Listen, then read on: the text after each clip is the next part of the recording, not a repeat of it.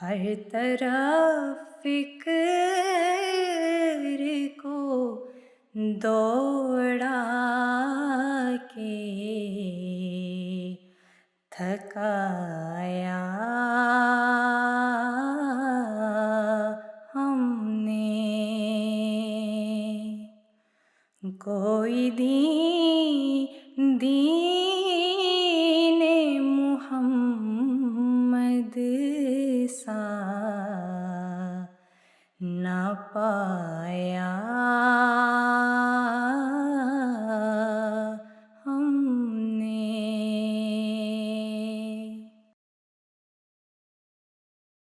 Assalamu alaikum wa rahmatullahi wa barakatuhu, and welcome to Balance. What is the Islamic identity? Does it just mean belonging to Islam by name? Or is it the fulfillment of obligations such as prayers, fasting, charity, and so on? Or is it the concept of modesty and wearing a hijab, a head covering for Muslim women? In fact, it is all of this and more that constitutes our Muslim identity and defines its features. On today's program, we will explore what is involved in undertaking the journey towards recognition, fulfillment, and ultimately pride and confidence in our Muslim identity. Joining me today are my guests, Maliha Shahid Saiba. Assalamu alaikum wa rahmatullahi wa barakatuhu. Wa alaikum assalam wa rahmatullahi wa barakatuhu. And Ambreen Khan Saiba. Assalamu alaikum wa rahmatullahi wa barakatuhu. Wa alaikum assalam wa rahmatullahi wa barakatuhu. So before we begin our discussion today, let's listen to what people had to say when we asked them, is a faith-based identity important? I do think it makes people happier. I don't think it's important in terms of not you can't make people do it, but ultimately you can have faith in a variety of things, not just the basic religions. Yes, I do. Faith is very important. Yes and no. I don't think it really matters. I don't think it really matters to have to have identification behind things. I think it's you can do whatever you want to do. And you don't have to, go around exploiting it or telling people hey, this is me. I'm this. I do this. I do this. I think it's just something that you can do on your own time. And if it comes up in conversation, you can continue the conversation. But I don't think it's something that has to be exploited. Welcome back. Indeed, there are so many ways that we can integrate faith into our identity. So let's start at the beginning. Let's define the word. What is identity? And what are the different facets or aspects that are associated with this one word? Let me start with you, Maliha Saiba.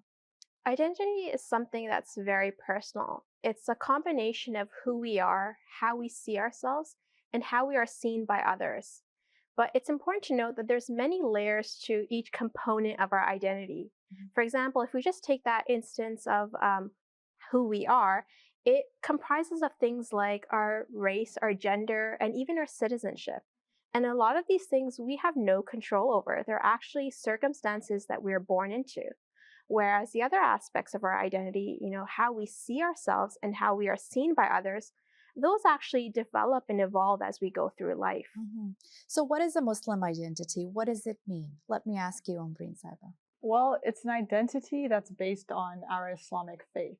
Now, Islam is a very comprehensive religion. It covers all aspects of our lives, which means often our Muslim identity may be confused for just the way we look or dress, but it's much more than that. It's things like our Islamic names, our etiquettes, what we eat and drink to what we refrain from consuming.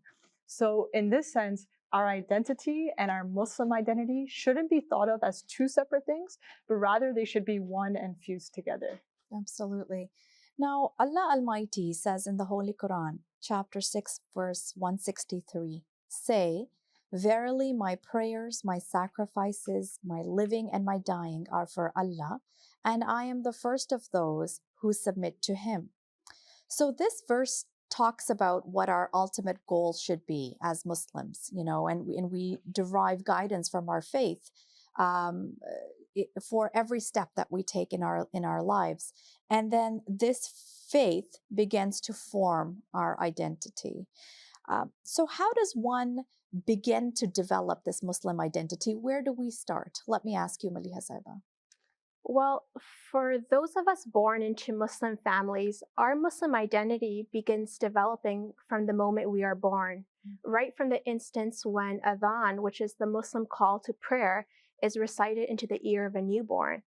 And the second Khalifa, Razillah Ta'ala Anhu, has said that this isn't just a simple act, but rather the words and the meaning of the adhan have a great impact on the mind of a child.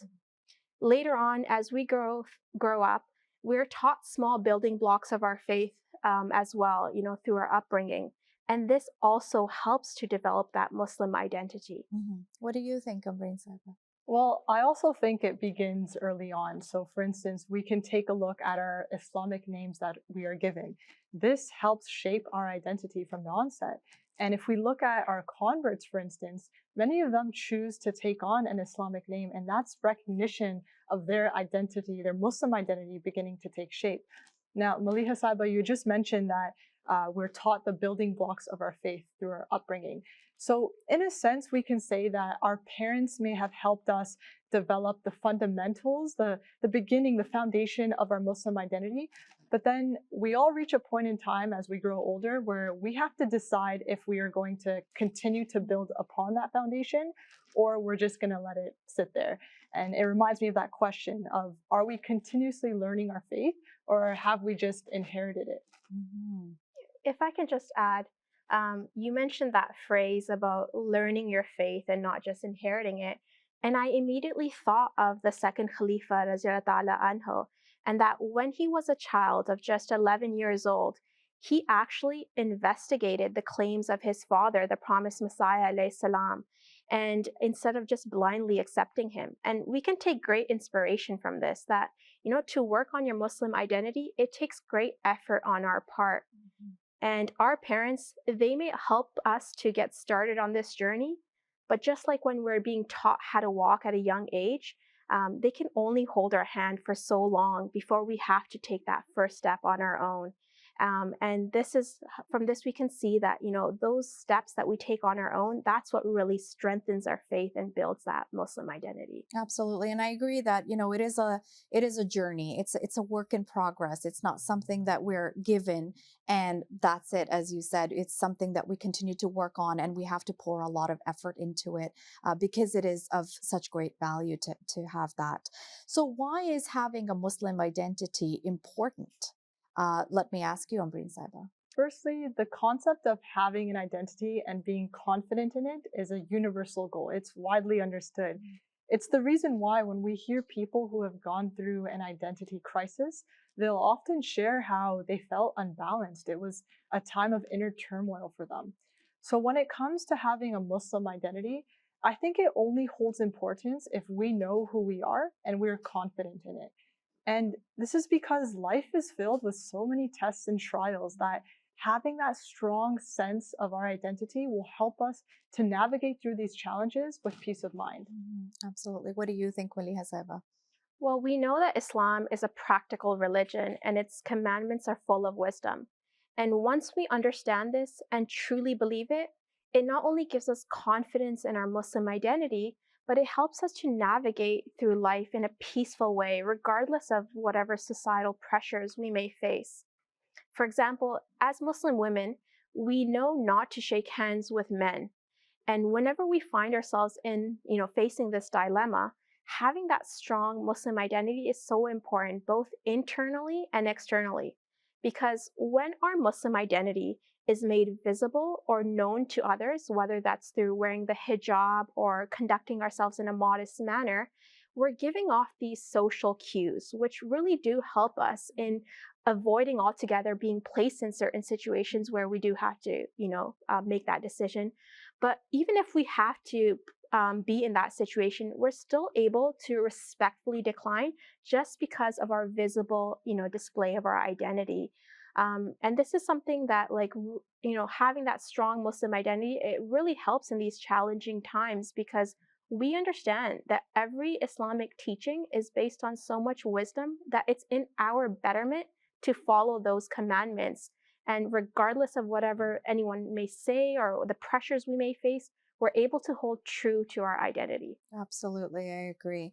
I feel like the Muslim identity can be divided into two parts. And I know we were talking about this a little bit earlier. You referred to that. There's the physical aspect, the visible appearance that identifies us with the Islamic faith. And then there's the spiritual or the mental identity, where one can understand the concepts of their faith and develop a real relationship, a living relationship with their creator, Allah Almighty. So, do both of these go hand in hand? And is having one of these enough? Let me ask you, Ambreen Saiba. Yes, I would say these two definitely go hand in hand. And I mentioned earlier that Islam is a comprehensive religion. It covers all aspects of our lives, and there's wisdom behind every single commandment, which includes both the commandments that require an outward display of our faith and those that require an inner belief. Now, naturally, the first step is to start with one, but the ideal goal is to have both. So let's take the example of the hijab for women, for instance. Now, many of us may have started donning the hijab because we reached a certain age or we saw our mothers or elders do so. And there's nothing wrong with that first step. But I would argue that if that's the reason why we wear the hijab today, then it's nothing more than just a cloth over our heads. And I say this because it's not until we understand the wisdom behind this commandment, and in this case, it's the teachings of modesty. When we truly understand why we do this, then that gives us that inner conviction, and then we exude that confidence. And then it doesn't become just a cloth over our heads, it's actually becomes a way of life for us. It's how we act and interact with others as well. Absolutely. If I can just add, a while ago, our beloved Hazur Aida Tala bin Nasl Aziz recently addressed Waqf No girls, and he asked us to, proudly proclaim the fact that we take pride in our modest dress and take pride in our hijab and in keeping a distance from men, and to tell the world that the hijab is not a restriction, but rather it's a protection afforded to us by God Almighty. And we can only do this if we truly believe in the wisdom behind the actions we're portraying to the world. Yeah, absolutely. And so that's when every part of us is on the same page. Our inner self, it's matching our outer self. And that's when your Muslim identity, it moves beyond just being a label. And like Ambreen Sahiba was saying, our identity is complete with that both of the, inner belief and that outer display. Yeah, so both those concepts go hand in hand. Definitely. So before we continue, let's listen to more on the topic of Islamophobia today. A phobia is defined as an exaggerated, usually illogical fear of a particular object, class of objects, or situation. It may be hard for the afflicted to sufficiently determine or communicate the source of this fear, but it exists.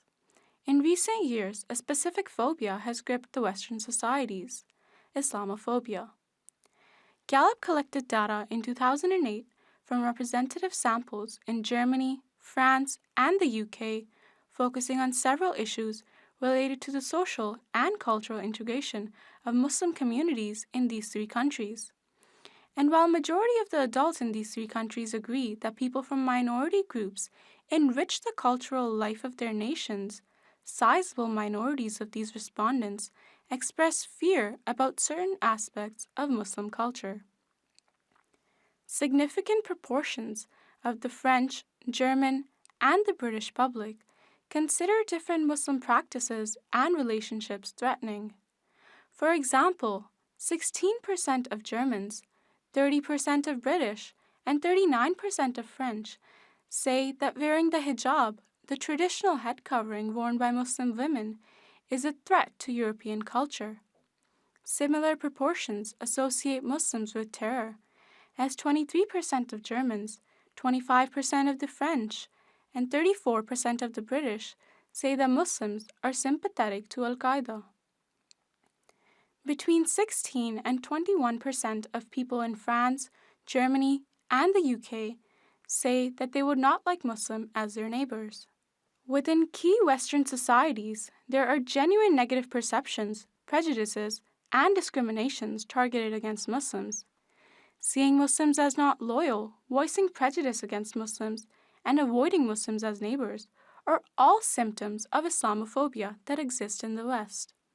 However, it is important to note that these feelings do not characterize Western countries. They're generally shared by a subset of the general population, though they exist in substantial enough numbers to draw both attention and concern. This highlights the concern that the very existence of Islamophobia is something to be addressed. Indeed, Islamophobia is a very real concern, and it does need to be addressed at every level. And I believe that as Ahmadi Muslim women, it's up to us to take that lead and to address it, starting from the individual level, the personal level. What advice would you give to somebody who is now growing up in this society, perhaps going through these challenges and struggling to find that confidence and that pride in their Muslim identity? Let me ask you, Ambreen Sahiba. Well, I think the only way to be confident in your Muslim identity is to know if you want to have one to begin with.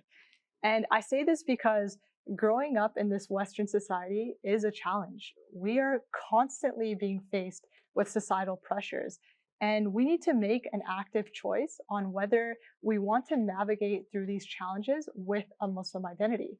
Because it's very easy to conform to societal pressures and hide our Muslim identity. It's easy to tell people to call us Mo instead of Muhammad or Amber instead of Ambreen. But we need to realize that there's nothing about our Muslim identity that makes us inferior to others. And if anything, it's okay to be different. And it actually gives us a step up when we're strong in our Muslim identity, because we know that there's wisdom and logic behind every aspect of our faith, and we will derive benefit from that. So I think once we understand this and we come to terms with this, for those that may be struggling to develop a strong sense of pride in their Muslim identity, then it's important to ask questions, because God tells us that, not to be blind believers, to ponder over his teachings. And we live in a really interesting time because we're understanding the wisdom of our Islamic teachings in light of scientific research and societal changes. Things like the benefits of fasting, or the harms of alcohol, or even the dangers of social intermingling between genders. So the fact that we've known about these things for the past 1400 years and people are only figuring that out now, you can't help but feel a sense of pride in that. And I just want to say that, at the end of the day, when we stand proud of who we are, we actually add to the mosaic of our society. And we'd actually be doing a disservice when we try to be like everyone else. Absolutely. I actually completely agree. And if I may add, in terms of practical steps in establishing and strengthening our Muslim identity, it's to build a connection with Allah Almighty, and to have our own conviction in that belief that He exists. So often in our daily life, we check in with our friends, whether it's through messaging them or calling them. And so we're building that connection with our friends. But what are we doing with our relationship with God, our greatest friend, Al-Wali? And so we should really be trying to establish that connection with Him. And one way to actually do that is to pray to God and to speak to God in our prayers. And another way we can do that is to build a connection with, his Khalifa, our beloved Hazur Ayyad Ta'ala bin Nasr Aziz. And so we can write him letters and also ask him for prayers. Mm-hmm. And if we're still struggling to have confidence and pride in our Muslim identity, we have to take a look at the people we surround ourselves with. It's well known that who we most associate with, that's what we're known for. We take on their colors. Mm-hmm. Just like if you were to walk into a perfume store, even if you don't buy anything, you're still walking out with those scents lingering on you. And there's actually a story from the promised Messiah alayhi salam's time that there was a young student whose mind was affected by agnostic thinking. And the promised Messiah alayhi salam told him that he should just change his seat in class. And this small change was the cure to his agnostic thoughts. Mm-hmm. And from this, I instantly see the impact your environment has on your outcome. And so if we're trying to build, a strong Muslim identity, we need to surround ourselves with people who are confident and have pride in that identity. And inshallah, it will have a positive effect on us. Absolutely. In fact, it is actually, like you have said, a multitude of different aspects that help us build that confidence. You mentioned the blessing of Khilafat in our lives, and Alhamdulillah, as Ahmadi Muslims, we're so fortunate to be bonded together and unified under the institution of Khilafat. So, how does coming under the banner of Khilafat Ahmadiyya promote our sense of pride as Muslims and in our Muslim identity? Let me ask you, Ambreen Sahiba. Well, for me personally, when I take a look at the timeline of world religions and all the prophecies that were revealed, I then begin to understand the incredible value of Ahmadiyyat. So I want to take a moment to unpack this and realize the magnitude of this. The fact that people are still waiting for that second coming. And then we look at the Muslim Ummah, who they're still waiting. They're waiting for that Messiah and Mahdi, but they're so lost. They're so divided. And then here we are, as Ahmadi Muslims who've accepted the Messiah of the age for the past 130 years. And over this time, we've been peacefully united and spiritually guided under this banner of Khilafat. When I look at it from this lens, I can't help but feel a strong sense of pride in this. Like, that's incredibly powerful. Mm-hmm. Absolutely, indeed it is. What do you think, Maliha? I think another reason to feel pride in our Muslim identity as Ahmadi Muslim women is to realize that Islam championed women's rights and it pioneered female empowerment right from its onset in 610 AD. And it's in the Ahmadiyya Muslim communities that we see this so beautifully personified through that perfect example of Lajna-e-Maila, which is an auxiliary organization for women aged 15 and above. And so through this, we actually are given leadership opportunities and we conduct and organize our events and initiatives without being under the shadow of men. And, so often when we hear those stereotypes of Muslim women being oppressed, we should feel lucky that as Ahmadi Muslim women, we are able to live our lives according to the true teachings of Islam, which empowers women. And if I can just add on here, I just want to recognize that we have an incredible amount of privilege living here in the West. So in a sense, our sense of pride here is very easy, especially when it's contrasted with our Ahmadi brothers and sisters in different countries who are facing persecution for their faith. We're talking about countries who prohibit Ahmadis from calling their places of worship a mosque, or prohibit Ahmadis from saying the Islamic greeting, Assalamu alaikum, to each other. These are our Ahmadis who are, they're unable to call themselves Muslims without the risk of facing legal, repercussions. And then, here we are, seeing how we're trying to develop a strong sense of confidence in our identity. And here they are, never taking that opportunity to denounce their faith. They'll never compromise on that. The juxtaposition between these two things is just interesting, to say the least.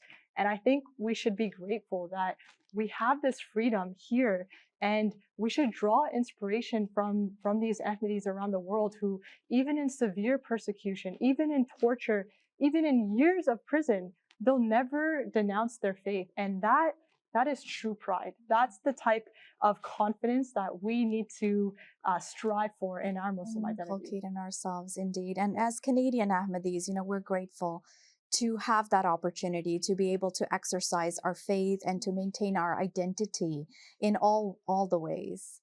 Alhamdulillah, we've been able to have a very meaningful discussion today. Jazakallah for taking the time to be with us. Any last thoughts before we go? Well, my last thought is something that's actually my first thought whenever going through anything, and it's to remember God and to pray. Pray for guidance, pray for the wisdom that we understand the beautiful teachings of Islam, pray for the courage and confidence in establishing our Muslim identity.